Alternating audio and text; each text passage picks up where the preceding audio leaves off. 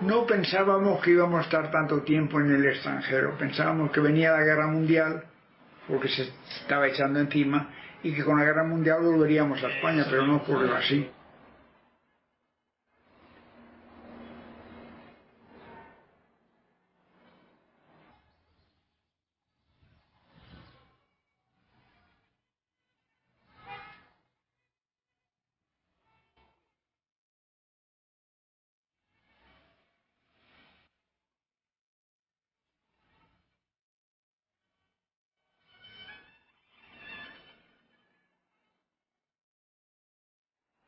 Han pasado más de 70 años desde aquellos días en que los pilotos españoles vinieron a Azerbaiyán, a la histórica tierra de Ganja, y comenzaron sus vuelos en los cielos de Ganja y Bakú.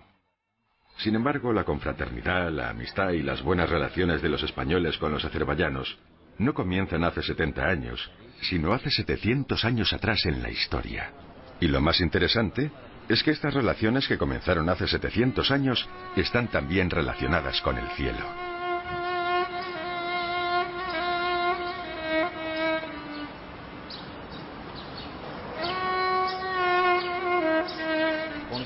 En el siglo XIII, el gran astrónomo de Azerbaiyán, Nasir al-Din al-Tusi, creó una academia en la ciudad azerbaiyana de Maragé, y allí construyó un observatorio astronómico. Se convirtió en un centro internacional.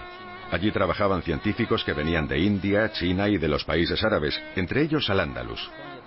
Aquel científico que vino de España, Mehedín Maghribi, junto a Nasir al-Din al-Tusi, realizó investigaciones conjuntas astronómicas. Estudiaban astronomía, el cielo. Nada en el mundo ocurre por casualidad. Si en el siglo XX, en los años 30, los pilotos españoles volaron sobre el cielo de Azerbaiyán, ya había una base fundada desde hacía 700 años en el siglo XIII, en el observatorio de Maragé, cuando los científicos españoles y azerbaiyanos llevaron a cabo un estudio conjunto.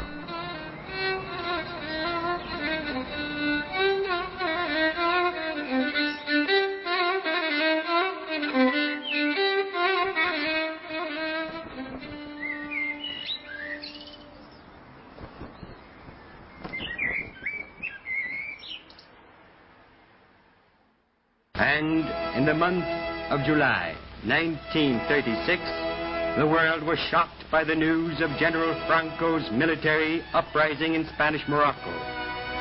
The smoldering fires spread immediately to the peninsula, and the land burst into sudden flame. Como ustedes saben, en 1936, la izquierda republicana obtuvo la victoria en España y formó gobierno. En contra de esto, con ayuda de la Alemania y la Italia fascista, el general Franco comenzó su lucha contra los republicanos.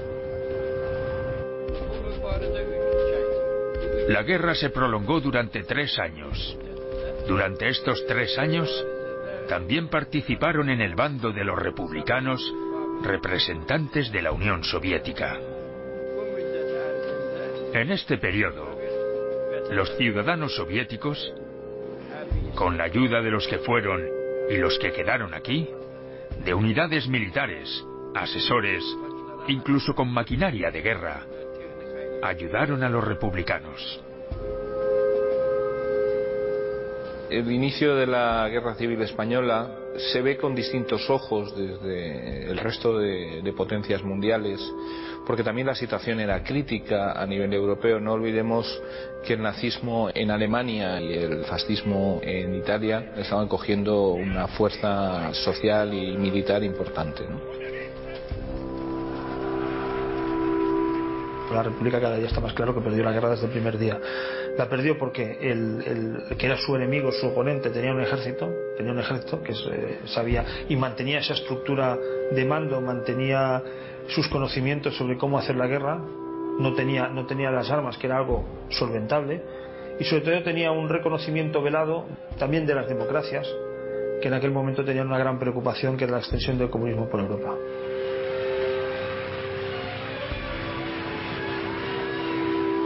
Lógicamente Inglaterra, en el momento en que se inicia la Guerra Civil Española, y ve las imágenes que se producen en Barcelona, ¿no? De los saqueos de los conventos, de los cuadros de la FAI, pues actuando libremente y parando libremente los coches con las escopetas en la espalda. Esto es algo que la sociedad anglosajona no tolera.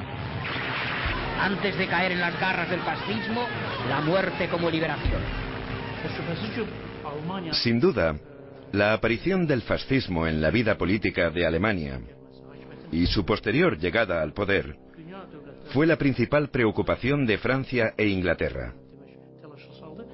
Debido a esto, y durante aquel tiempo, también fue un momento clave en la política estatal de la URSS.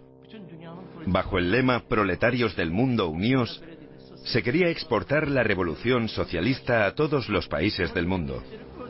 Por esta razón, y manteniendo los intereses nacionales por encima de todo, la URSS dio soporte militar a los republicanos españoles. Apoyó al pueblo español.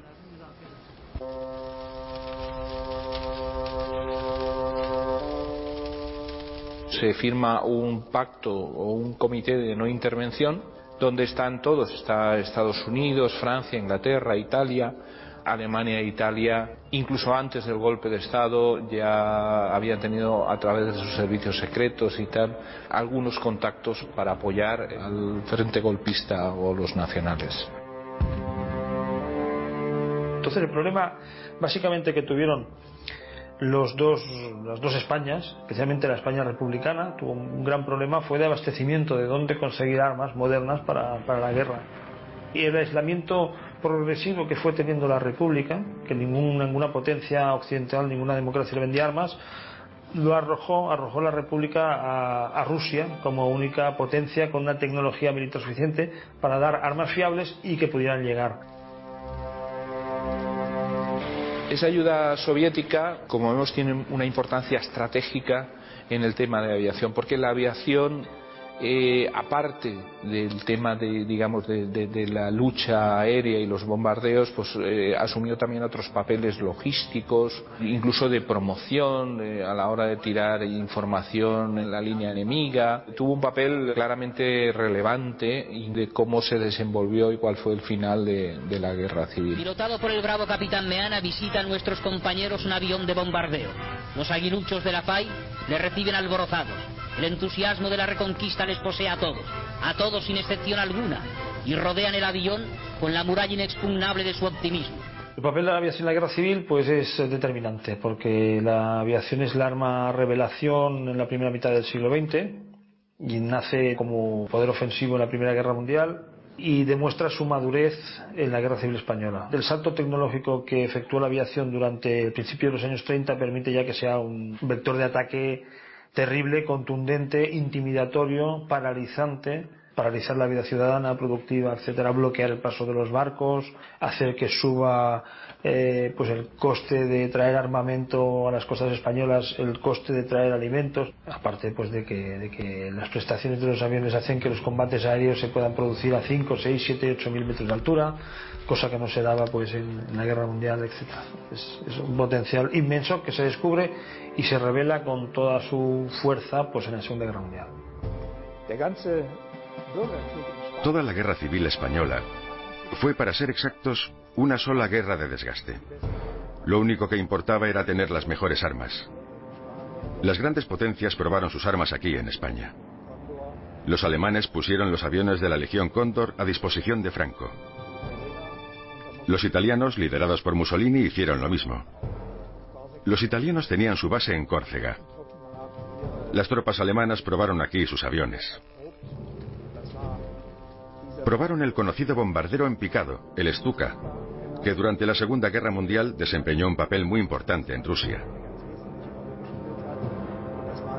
También se probaron los aviones italianos y se utilizaron los tanques rusos. Fue una guerra de desgaste sin fin. Sin la Legión Cóndor, sin las demás armas, probablemente Franco nunca hubiese ganado la guerra civil. Porque las ganas de luchar del bando republicano eran mucho mayores que las del bando franquista. Todas las potencias que intervinieron en la guerra española tanto por la parte soviética como la alemana, realmente estaban haciendo pruebas de su material bélico, porque un poco también veían venir el conflicto que estaba en ciernes a nivel europeo. Hay evaluación, y por parte de los soviéticos también hay evaluación menos conocida, pero envían aviones que tienen deficiencias técnicas importantes que se solventan aquí en España, con equipos de mecánicos españoles y mecánicos soviéticos que trabajan codo a codo para solventar y modificar esas deficiencias que aparecen en el transcurso de los combates y que informan. Y esos informes son enviados regularmente a Moscú. Franco orders his mercenary pilots to bombard the open city, spreading havoc and panic among the civilian population who rush to... Tanto la zona republicana como la zona nacional están muy desabastecidos y la primera que llega es la ayuda soviética. Empiezan a llegar a los puertos españoles los primeros aviones hacia finales del 36 y principios del 37, con pilotos expertos soviéticos. Fueron casi 772 pilotos, 300 de ellos pilotos de caza, y bueno, pues hay que decir que 200 pilotos soviéticos perdieron la vida luchando por la República.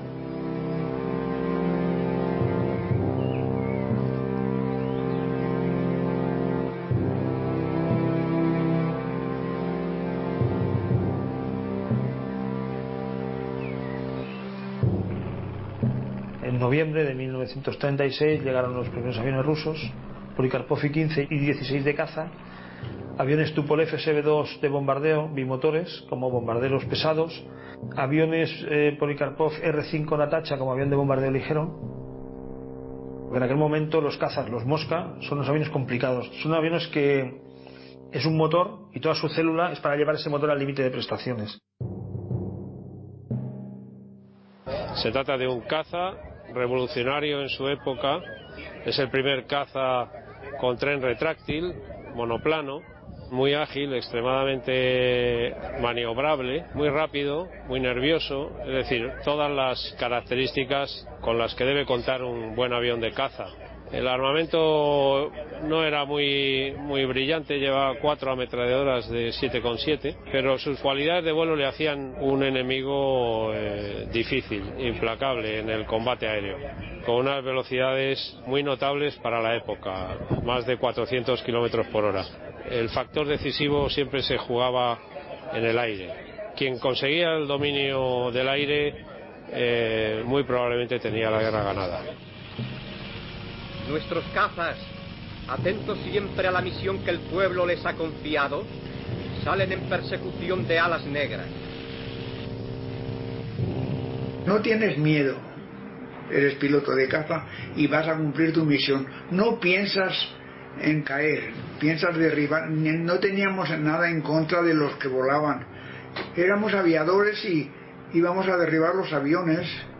Puede fallarte el motor, tampoco, en eso no pensábamos. Pensábamos en cumplir la misión que teníamos y derribar el mayor número posible de aviones sin que te derribasen a ti. Yo con mi escuadrilla, yo he sido muy atacador, en mi escuadrilla pues atacábamos como podíamos. Eso sí, los aviones de bombardeo casi no caían. Yo he derribado 23 aviones según cuentan, pues de los 23 calcula que 8 o 9 son de bombardeo, los demás son cazas. Que el caza no era peligroso, después todo el que peligraba a la gente y a tierra era el avión de bombardeo. Han jurado exterminar los ideales liberales y anhelos sociales del pueblo. Los alemanes tenían la costumbre de cargarse a los que caían en paracaídas, porque consideraban que hacer un piloto era mucho más largo tiempo que hacer un avión. El gran problema de los pilotos republicanos al principio de la guerra es que vuelan una cantidad de horas increíbles, una cantidad de horas de combate increíbles con un gran desgaste pues físico y psicológico para esas personas y necesitan relevo. Y esto se empieza a solucionar por parte de la República con la llegada de los primeros voluntarios, por decirlo de alguna manera, rusos, soviéticos. Y poco a poco, al mismo tiempo, se establecen unos programas por parte de la República de captación de futuros pilotos en forma de oposiciones libres, libre contando que tienen que ser generalmente personas que tienen que tener un aval, pero bueno, personas libres sin importar la condición social, porque hasta esos momentos la aviación, ya sea civil o militar, es relativamente aristocrática, es decir, no todo el mundo tiene la posibilidad de volar, Es el sueño de todo el mundo, de todos los jóvenes, pero no todos tienen la capacidad de poder volar. Por este motivo, precisamente, la guerra civil y la necesidad de formar pilotos hace que, de alguna manera, se democratice.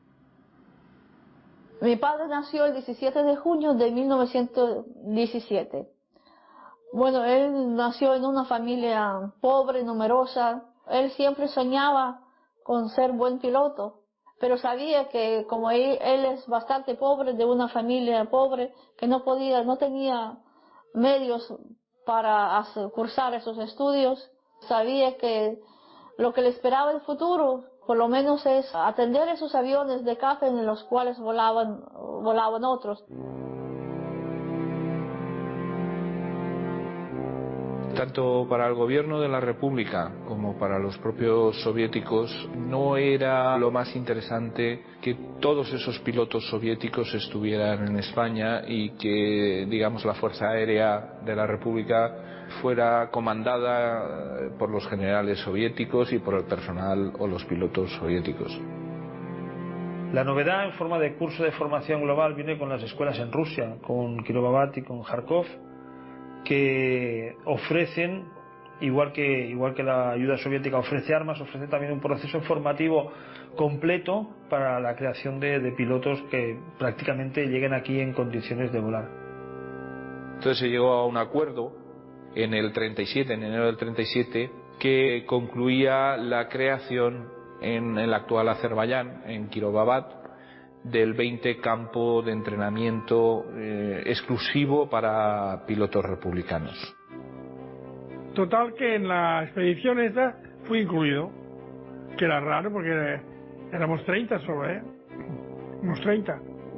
Hicimos para ir a hacer el curso a Francia, pero ya nos dijeron que no, que íbamos directamente a hacer el curso a la Unión Soviética. Ese viaje se ha realizado en secreto, nadie podía saber quiénes eran, a dónde irían, y ni siquiera podían hablar.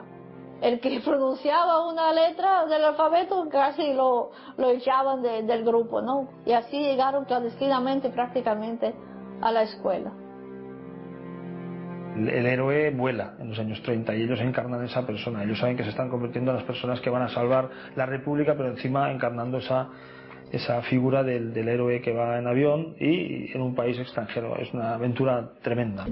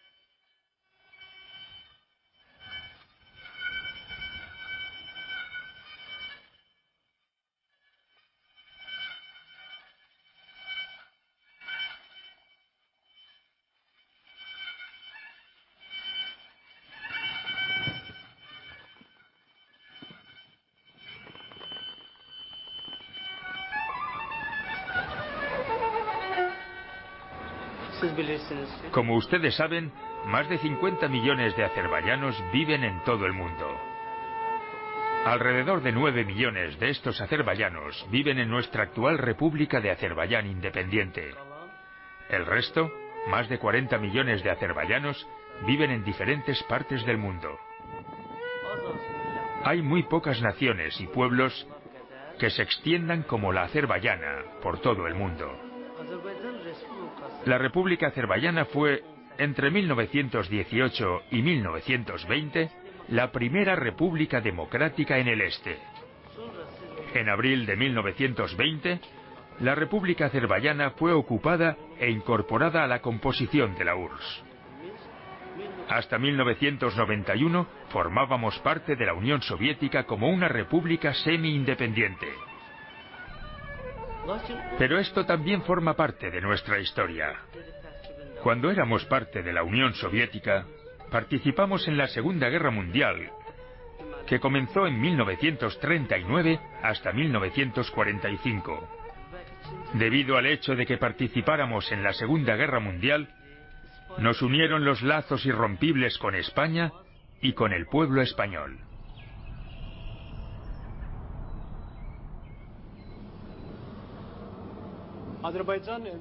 Una de las páginas más importantes de la historia entre Azerbaiyán y España tiene que ver con la llegada y el alojamiento de los pilotos españoles en Ganja. Tanto en las páginas de la historia azerbaiyana como en la memoria de los azerbaiyanos, la vida que llevaron los pilotos españoles en Ganja, los datos importantes sobre su estancia y su actividad, han llegado hasta hoy día.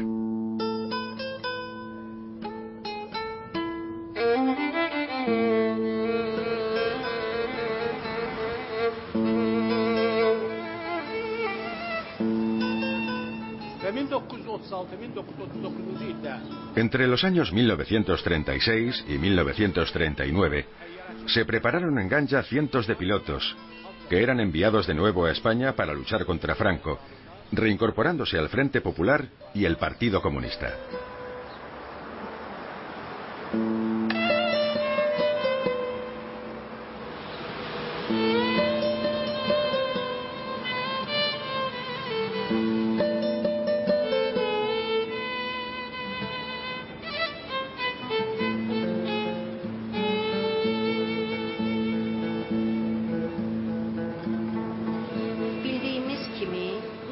Como es sabido, desde 1936 hasta 1940, en este edificio de 2 plantas, funcionaba una escuela de aviación, aquí en Kirovabad. Por primera vez, 200 pilotos españoles llegan a la escuela de aviación. Desde el primer día comenzaban a estudiar el curso de pilotaje a lo largo de 4 meses hasta regresar de nuevo a su país de origen. Ellos lo escriben de esta forma en sus memorias.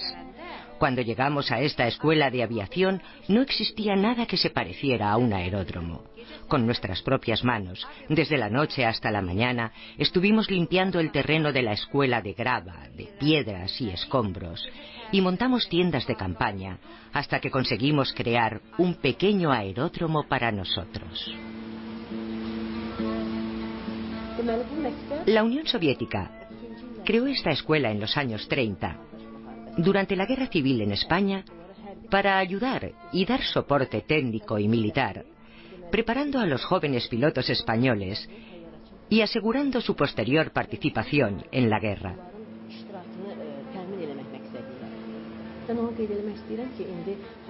Me gustaría señalar que cuando la Escuela de Aviación fue creada por primera vez, durante aquella primera promoción, vinieron a estudiar 193 jóvenes, 193 españoles que aprendían la carrera de piloto, impartida por instructores y pilotos rusos.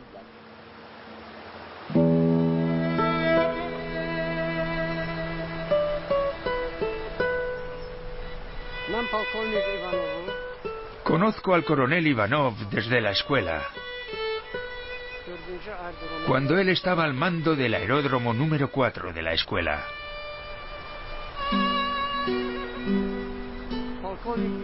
El coronel Ivanov era muy exigente con sus estudiantes. Él exigía de ellos que aprendieran su profesión, que estudiaran muy bien el pilotaje aéreo. Exigía mucho para poder aumentar la capacidad de ráfagas.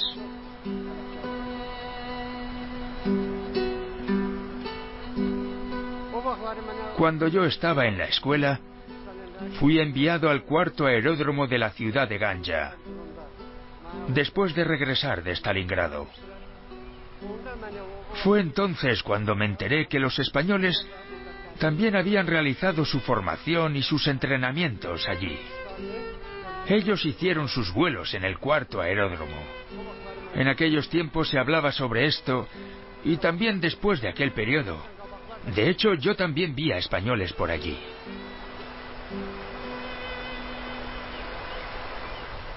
Hay que tener en cuenta que la formación de un piloto en aquella época, tanto en la Unión Soviética como también en España, estaba en torno a los 4 años. Entonces el campamento en Kirovavat tenía un reto por delante importante, y es que entre 6 y 7 meses tenía que sacar pilotos cualificados que pudieran incorporarse rápidamente a la Guerra Civil Española y luchar por la República en España.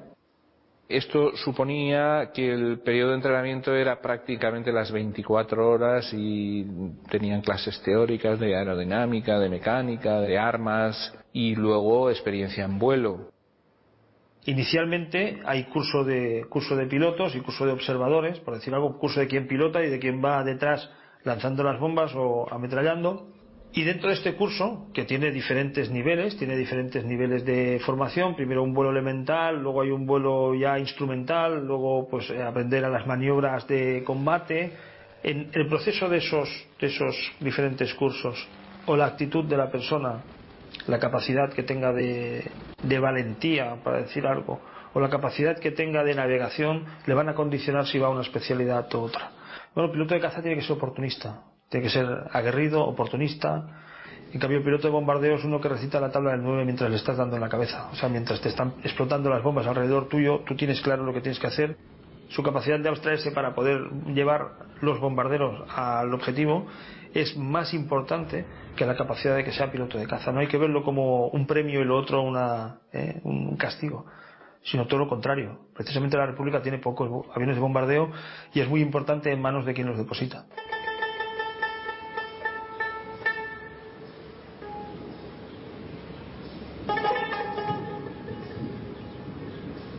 Bueno, allí teníamos de todo, teníamos incluso una lavka, un sitio para comprar que había de todo, aparatos de fotografiar, lo que quisieras.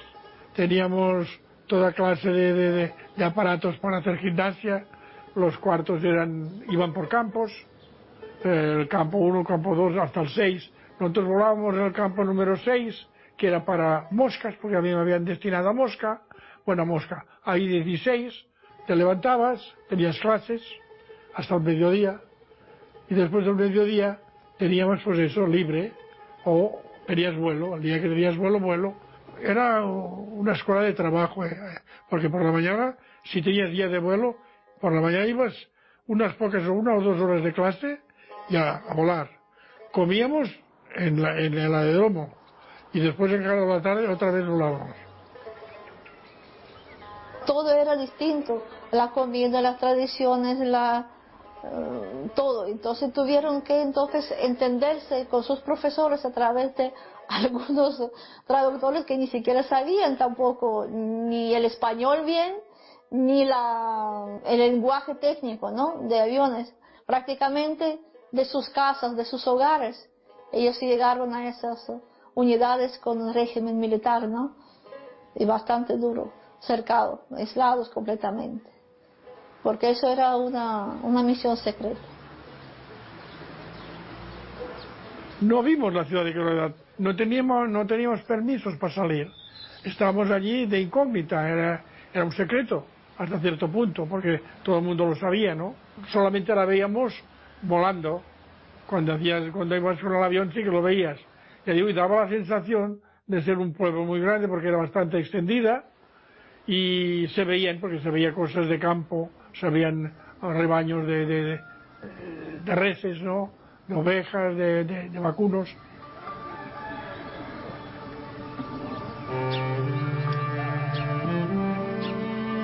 El descubrimiento, digamos, a nivel medios de comunicación de la existencia del campamento de Kirovavat es muchos años más tarde, cuando hay unas reuniones de excopatientes que ponen de manifiesto la existencia ya para la opinión pública de este campamento, 20 campamento de Kirovavat, donde pasaron muchos españoles y bueno, pues fallecieron casi 10 instructores y 9 cadetes en formación.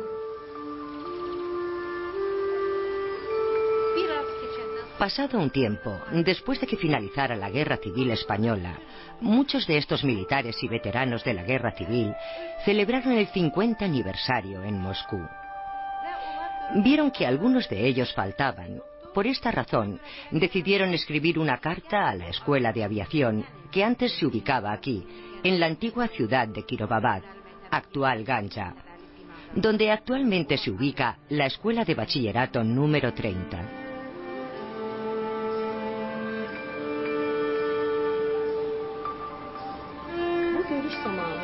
En la reunión con los pilotos graduados de la Escuela de Aviación, el instructor piloto Haritonov decidió notificar de la existencia de esta escuela y sobre sus graduados, y de cómo ellos fueron capacitados para luchar y lucharon.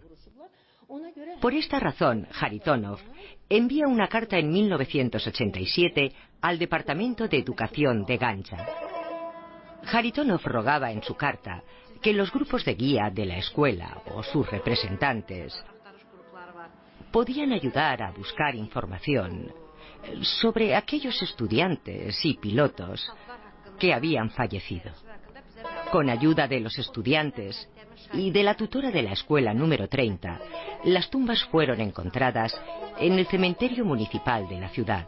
Desde allí se trasladaron y se restauraron en el nuevo cementerio.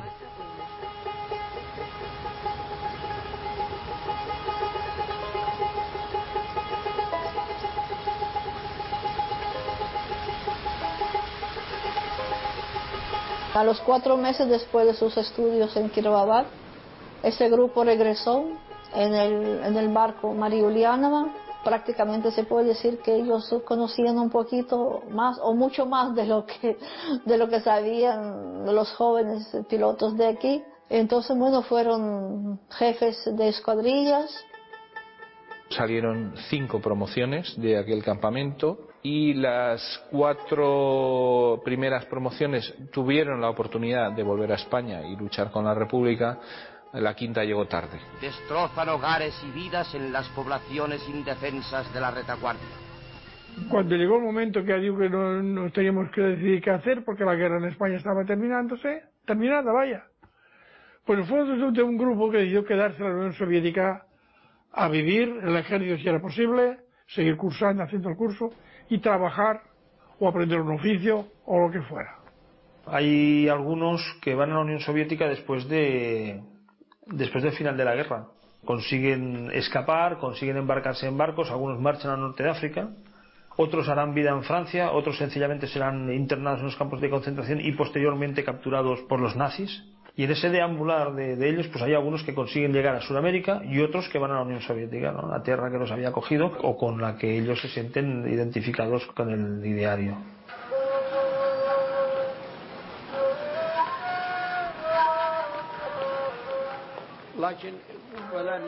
Como la mayor parte de las fuerzas estaba en manos de los fascistas, los republicanos fueron derrotados. Sin embargo, esta derrota no fue una derrota definitiva. Ellos continuaron su lucha cuando comenzó la Gran Guerra Patriótica, unidos y junto con las tropas de la Unión Soviética.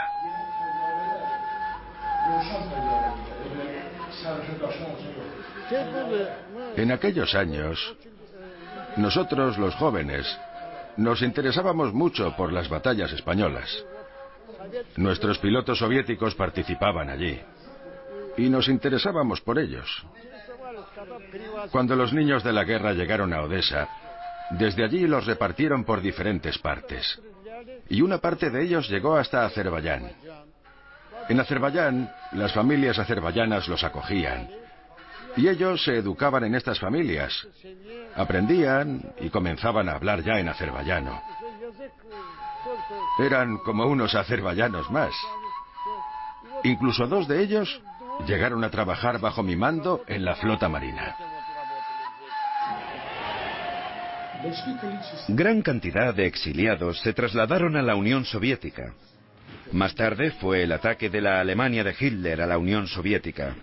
Y muchos de estos españoles, que vivían entonces en el territorio de la URSS, se pusieron en esta guerra del lado del ejército soviético y participaron activamente en las operaciones militares. Hitler invadió la Unión Soviética y ahí empezó la Gran Guerra Patria. Los españoles que llegaron ahí del campo de concentración, aviadores y eso, por supuesto que no podían salir más de la Unión Soviética. O tenían una opción de integrarse en el ejército soviético y empezar hombro a hombro con los soviéticos, ya entonces aprender esta lucha, ¿no?, contra la Alemania fascista. Muchos de los que acompañan las promociones siguientes son personal veterano que tiene una formación ya como piloto y tiene una formación en guerra, sabe lo que es estar en combate con esos aviones precisamente que tienen los soviéticos en ese momento. Y para ellos es extraño e inaceptable cómo ellos se sienten, a lo mejor comunistas de corazón, hermanos de la Unión Soviética, y cómo no pueden volar por defender la Unión Soviética de los mismos enemigos con los que ellos han luchado en España. Es algo que no entienden. Todos estos grupos de pilotos tuvieron distintas trayectorias para volver a ser pilotos con los rusos. José María Bravo intenta, junto con otros pilotos españoles, incorporarse al Ejército Rojo como pilotos. La respuesta es negativa y al final tienen que incorporarse como guerrilleros para poner cargas explosivas en ferrocarriles o en puntos estratégicos al otro lado de la línea enemiga.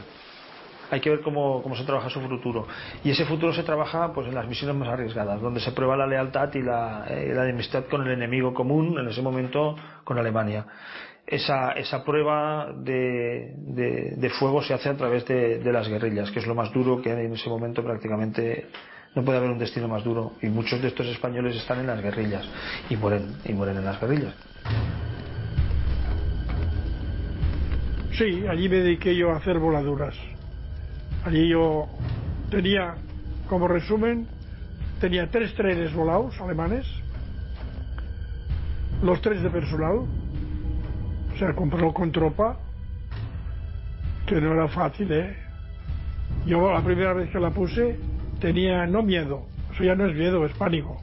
Cuando la pones, el rail está aquí, tú no tienes que ver la pero no la pones tocando, porque cuando ves de lejos el tren ya oscila. Y te la explotarías y el tren se quedaría para atrás. Tienes que calcular más o menos por el suelo qué te puede bajar.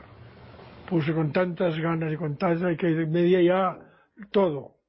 Y bueno, lo atravesamos, pasamos ya por el pantano, y al otro lado del pantano escuchando, esperando que pasara el primer tren para oír al petardo. ¡Oh! Bueno, ahora. Pasa el tren, ¡pip! Y adiós. Ostras, te entra ya no sabes qué hacer, ¿eh? Si llorar, si chillar, y al cabo de un rato otro tren. Bueno, como pasa. Y aquel peón pedo que se quedó, tuvieron una mano de bajas terribles, ¿no? ¡Oh! Y yo me engordé aquel día 1 kilo sin comer.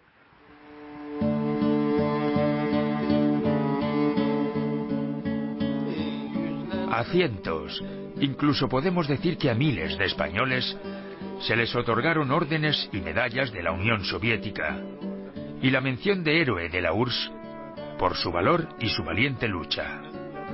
Recuerdo que cuando todavía estábamos en la guerra, en los periódicos se publicó sobre la secretaria general del Comité Central del Partido Comunista de España, Dolores Ibárruri, y que su hijo Rubén Ibárruri luchó abnegadamente en las batallas de Stalingrado, que derribó un avión del enemigo y que falleció. El pueblo soviético fue informado sobre este acontecimiento, y el pueblo soviético demostró su lealtad a los hermanos españoles. Al final, en un encuentro casual con Osipenko, que es uno de los generales y oficiales soviéticos que han estado en España, pues él habla con otro oficial que estuvo en España al mando de la aviación, y bueno, pues los responsables militares soviéticos acceden a dar permiso a estos pilotos seleccionados españoles para que se integren en las fuerzas aéreas soviéticas. Gracias a Osipenko, que creyó en la fidelidad de ellos, en la experiencia, entonces les permitió integrarse en la lucha. Se dieron cuenta de que los pilotos españoles tenían bastante experiencia, que eran muy buenos y que había que confiar en ellos. A lo largo de toda esa Segunda Guerra Mundial, pues estuvieron en muchos frentes, desde Leningrado, la defensa de Moscú, en Tbilisi, en Tallin. Pilotos que luchan con aviones Yak, otros con aviones Airacobra. Tenemos las fotografías, o sea, con material americano prestado a los rusos. En fin, tiene una vida muy activa dentro de las fuerzas aéreas soviéticas. También entre los años 1940 y 1942, la historia de Azerbaiyán es muy interesante, debido a que, bajo el acuerdo de la Administración de Aviación de la URSS, se envió a un grupo de pilotos españoles al Cuerpo Aéreo de Bakú. Por aquel entonces, en Bakú existía la aviación de caza del regimiento número 81. A este regimiento de Bakú fue incorporado el Cuerpo Aéreo número 8. Pensaban que durante los años 1942 y 1943 los alemanes podían bombardear Bakú y el petróleo de Bakú. Y para evitarlo, los pilotos españoles debían emplear todos sus esfuerzos.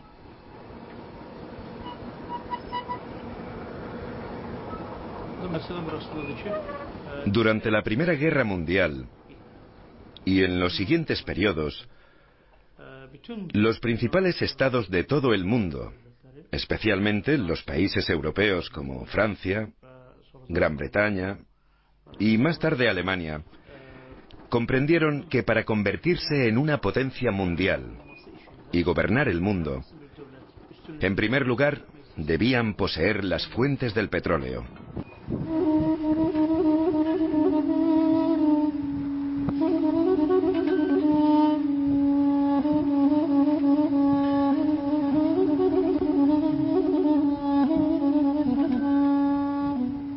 Si tomamos los años 1941 hasta 1945, el volumen de petróleo extraído en toda la URSS era de 110 millones de toneladas. 75,2 millones de esos 110 millones procedían directamente de Bakú.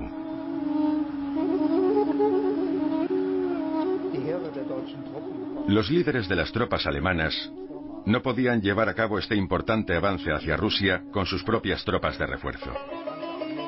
Llegó un momento en que no podían usar los tanques porque no tenían más combustible. A partir de una determinada fase de la Segunda Guerra Mundial, todas las batallas giraron en torno al objetivo militar de Bakú. Quien conquistase Bakú y las fuentes de petróleo de Azerbaiyán habría ganado la guerra. Eso estaba claro. Eso lo sabía Hitler, lo sabían sus generales, pero también lo sabían Stalin y los rusos.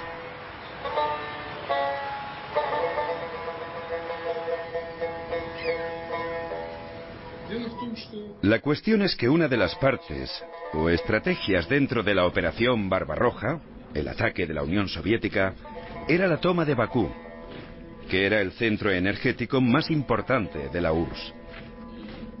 Así que comenzaron batallas muy importantes para ocupar el Cáucaso del Norte y de ese modo parar el avance de las tropas de Hitler hacia Bakú.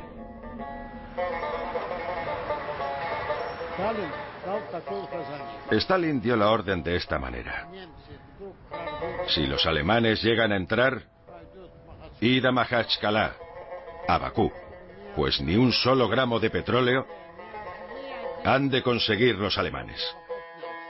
Por eso, si los alemanes llegaban a entrar, todo estaba preparado.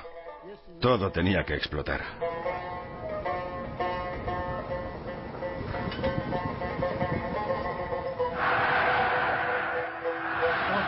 Pero al mismo tiempo, próximo a la Segunda Guerra Mundial, los principales países europeos, sobre todo Francia y Gran Bretaña, por el temor del aumento del fascismo en Alemania y con el objetivo de enfrentarlo a la URSS, preparan un plan para destruir Bakú, que era la base de petróleo de la URSS. Por esta razón, hubo planes especiales elaborados por los franceses en 1939 y por los británicos en 1940 para un inminente bombardeo de Bakú con el fin de dejar los campos de petróleo fuera de orden y que la URSS quedara débil. Con este paso querían enviar a la principal fuerza militar de Alemania contra la URSS.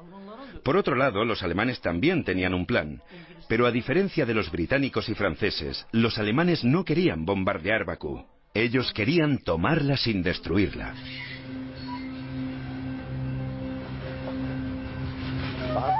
Bakú, Azerbaiyán, abasteció a las tropas rusas, a las tropas soviéticas, con carburante y combustible.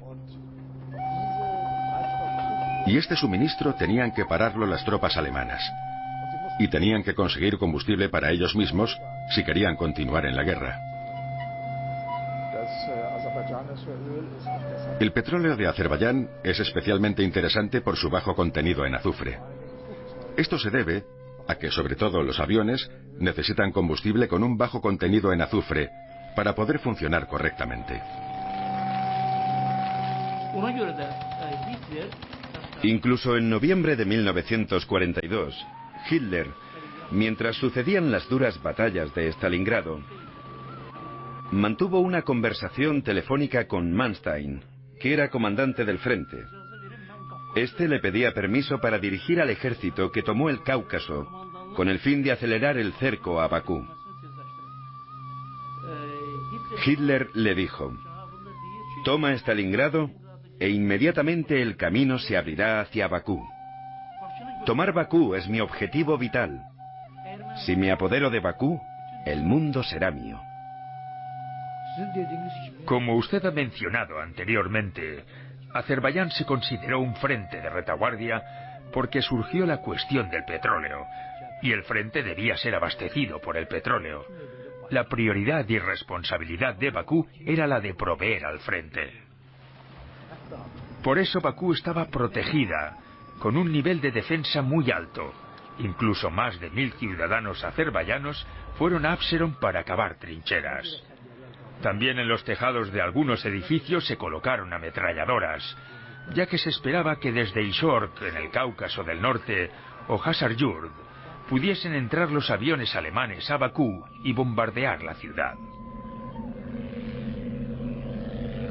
Y por esta causa, por mandato del Estado soviético, grandes fortalezas fueron construidas alrededor de Bakú por aquel entonces.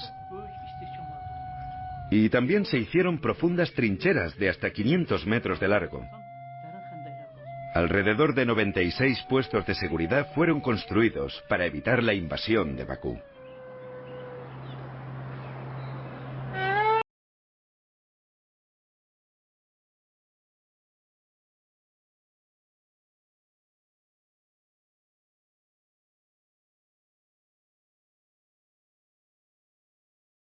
Hay que señalar que Hitler predispuso los ataques en 1942 en dos líneas hacia el sur.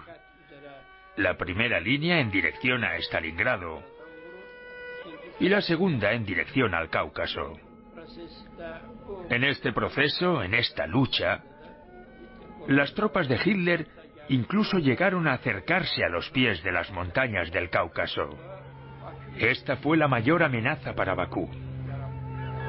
El Estado soviético, el Comité de la Guardia Estatal de la URSS, tomó fuertes medidas para proteger Bakú de los ataques aéreos y creó para ello fuerzas adicionales. Hay que destacar que grupos de voluntarios españoles, franceses y los también llamados voluntarios normandos participaron en distintas divisiones como la militar de las Fuerzas Armadas Soviéticas, incluso en las divisiones de la aviación militar.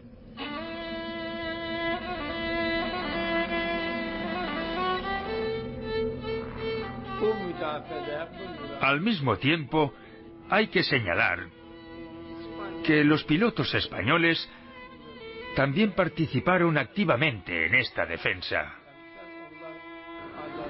Estos pueblos lucharon juntos valientemente por la libertad de cada nación, por el pueblo español y el soviético, y por la derrota del fascismo. y estamos muy orgullosos de ello. En la Unión Soviética se puede decir que a los pilotos españoles se les dio una nota alta. No es casual que en 1943, cuando Stalin fue a la conferencia de Teherán, su escolta fuese formada por pilotos españoles. Creo que este hecho puede ser considerado como el mejor ejemplo de respeto a los pilotos españoles por parte de la Unión Soviética. Los que luchaban en Rusia sabían que estaban luchando con los aliados, estaban luchando con sus amigos de la guerra, luchando con los mismos pilotos que habían luchado aquí soviéticos, pero tenían claro que si la guerra se ganaba, uno de los pasos seguros y firmes que se iba a conseguir iba a ser la liberación de España de la fuerza del eje, ¿no? De Franco como fuerza del eje.